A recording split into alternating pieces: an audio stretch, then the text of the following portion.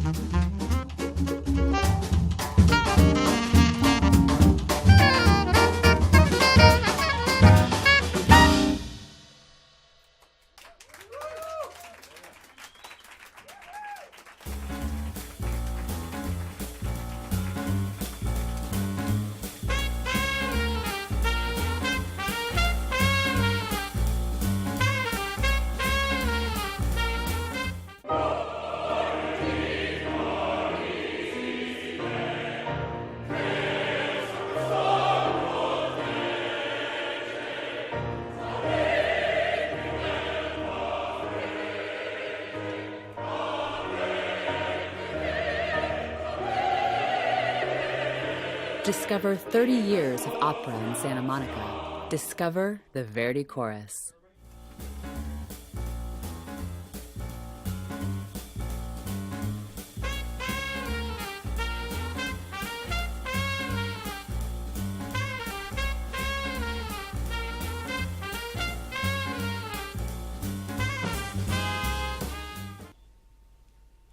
here with co-leader and co-founder of the Grammy-nominated Clayton Hamilton Jazz Orchestra, as well as bassist and composer extraordinaire, John Clayton. Now, John, so much of this jazz torch, this tradition, is passing it on from generation to generation. And I know for you, you had some wonderful experiences pretty early on in your life. As a teenager, working with the great Ray Brown, and then early on, Count Basie Orchestra. Not too bad. So for you, how does the jazz torch translate? What does it mean to you to have these experiences and now pass it on? Well, the jazz torch really lets me realize the lessons that I was given by those elders. Ray Brown, Milt Jackson, all these kinds of people were telling me that they were helping me because someone helped them, and I needed to do the same. And that's really the credo that we musicians live by. You know, you don't keep it to yourself. You make sure that you share it. Understanding, of course, that the people that you share it with are going to add whatever their life experiences and fantasies and ideologies are to the mix, and out comes something that's influenced by jazz. It takes it further, but with a new twist. Well, that's a great example because the Clayton Hamilton Jazz Orchestra is going to soon celebrate their 30th anniversary, which is pretty amazing in and of itself. How much did your Count Basie experience translate into what you have with your band? Oh gosh, a lot. But the Clayton Hamilton Jazz Orchestra is really a reflection of the experiences and influences that Jeff Clayton, my brother, and Jeff Hamilton, my dear friend, have had in their musical lives as well. So Basie really was the platform that allowed me to explore writing for a large ensemble. I remember the first piece that I wrote for the band, I had not had any lessons in writing. I didn't know what the heck I was doing, but I knew how to transpose and all that sort of thing. So they invited me to write something, and the band played it. They hated to rehearse. They rehearsed it, and it sounded terrible. It was embarrassing. And the guys were saying, "Okay, you got the right idea, Clayton." I knew it sucked.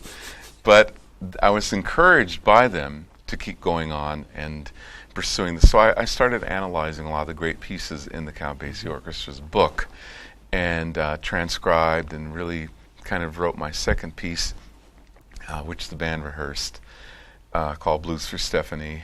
And at that first rehearsal, I remember them playing through it, and I looked down and their feet were patting. That's a good sign. It's a very good sign. And at the end of it, Count Basie said to me those famous words. He looked at me and said, "Let's do it one more time." Nice. That was really the beginning of me being encouraged to do more and more things for the Basie band. So the thing that I learned from that, one of the big lessons, was do not write for a generic sound. Write instead for human beings. So when I wrote for Count Basie's band, I was writing for Basie's piano and for Freddie Green's guitar and for Sonny Cohn's trumpet and so on. And that really allowed the music to have a kind of a flavor in life that made it very personal. So I learned a lot of that. And those are pretty unique experiences too. So how much of your education happened on the bandstand versus a formal education? Well, they all kind of came together. But on the bandstand was the biggest chunk in terms of practical education. The things I learned in school needed to be in the background. You know, I had to know how to hold the instrument, how to efficiently play my scales and all that sort of thing. But it was Count Basie looking at me and showing me what he wanted me to play with his left hand. That kind of thing, it was invaluable. And the instructions from the guys, the understanding the timing of how one song went to the next, and how Count Basie dealt with talking to the audience. All of those, real life on the bandstand lessons were huge. A great example of the jazz torch. So in a lot of things, Count Basie gave to you, and now you're able to pass it along to that next generation as well. So I know education's an important part. You were a professor for quite some time. Do you still teach privately?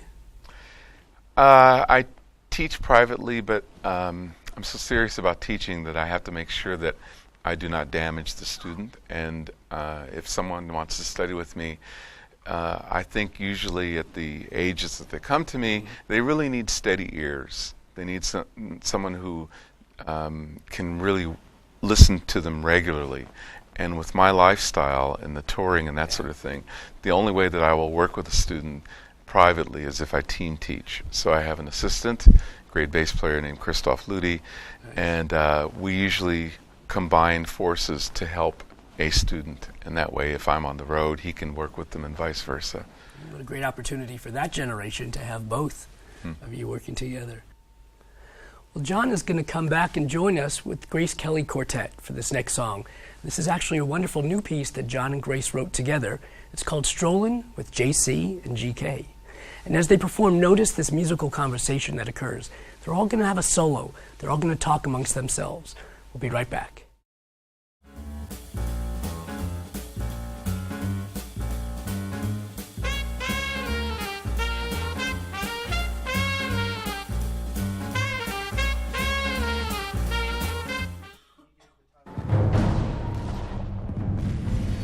Who knows what gratitude means? Nicholas? To be thankful? Writing letters to our military is a great way to say thank you for their service. Frisco! Somebody loves you. Dear soldier, thank you for keeping me safe. You're my hero. To donate or send a care package to America's heroes, visit OperationGratitude.com.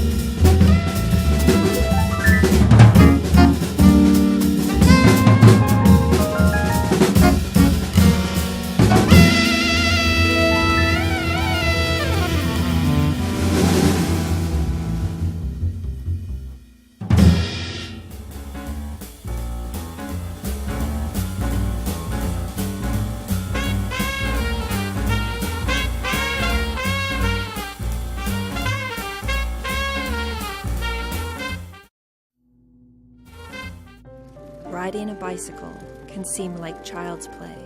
Then, one day, something happened. I didn't know how to stop it. I didn't know there was help. Until someone told me. Providing access to justice, the Legal Aid Foundation of Los Angeles can help with domestic violence issues, eviction defense, government benefits, immigration, and other civil legal issues.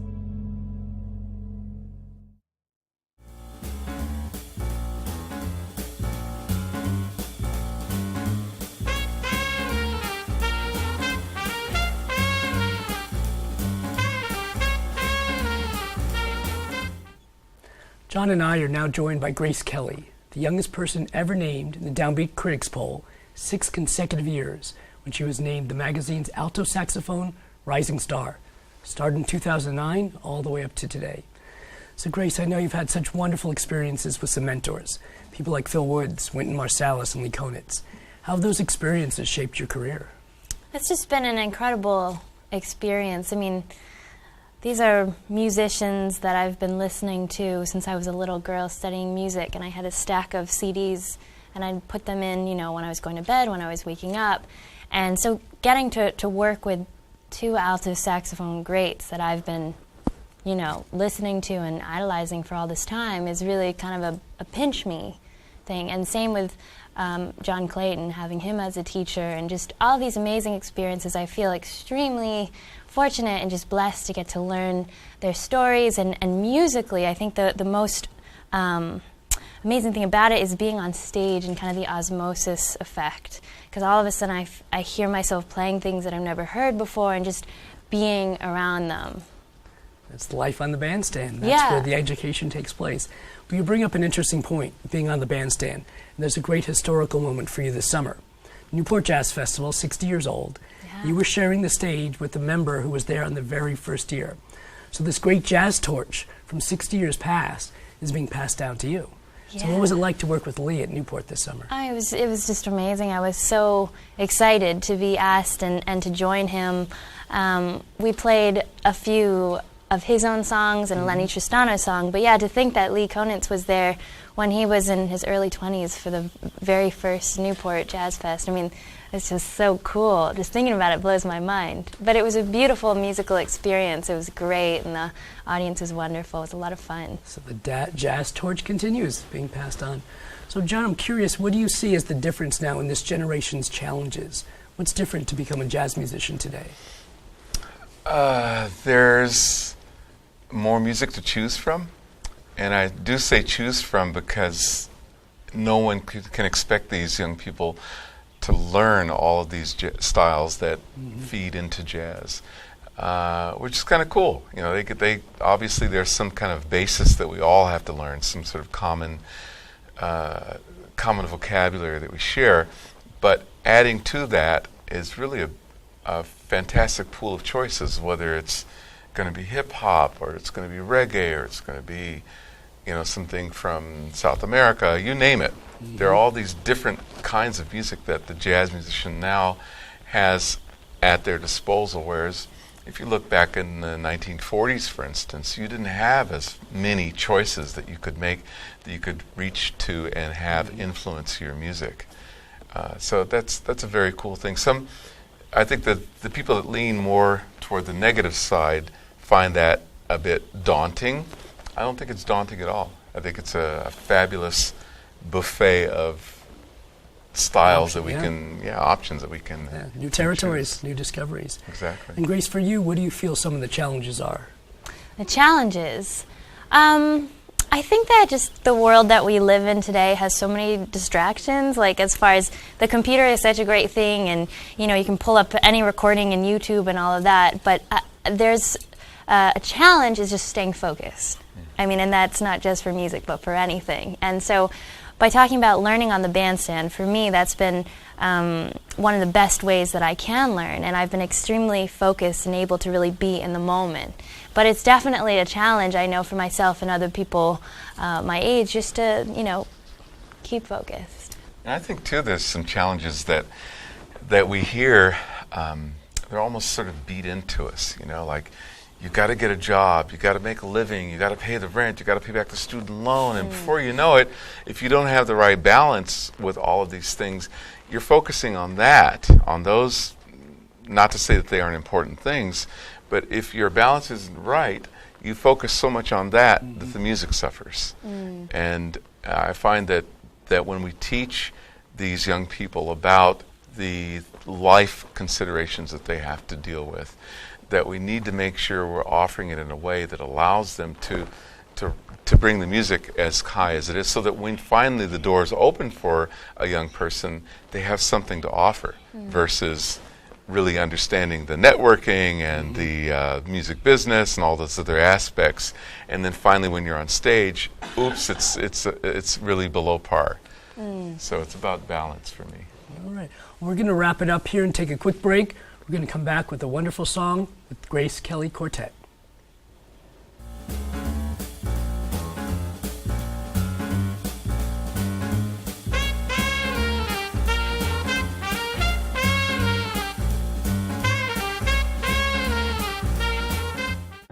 Riding a bicycle can seem like child's play. But only if you're playing indoors.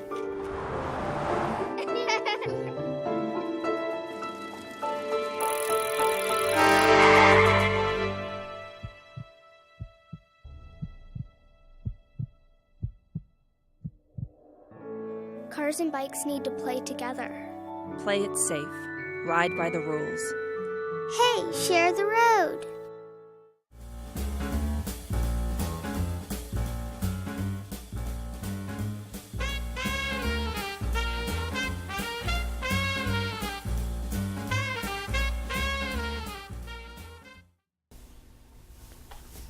Thank you for joining us for this edition of the Jazz Torch. We close the show with a final performance from saxophonist and vocalist Grace Kelly, performing another original, Nighttime Star.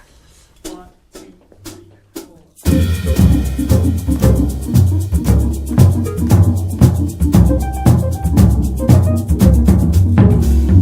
are the morning and my nighttime star. You are the voice inside my head when I can't figure out what's going on. You help me get by simply being you. You are my sunshine and my guiding light. You are the voice that brings me closer to my dreams. You're always there to guide. You help me get by simply being you.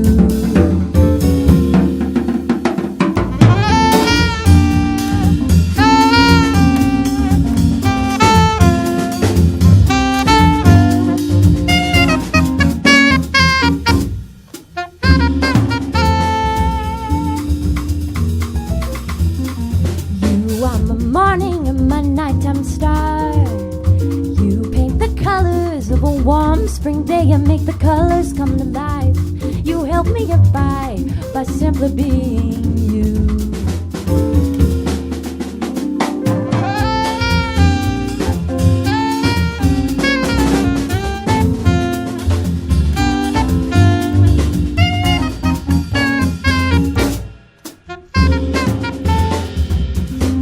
I'm too high to touch the ground and no one can bring me down. You are my world, you are my smile. You're my baby, you bring me to that higher place. We love, we laugh, we make mistakes, but even through the bad, you are there to love me, there to guide me.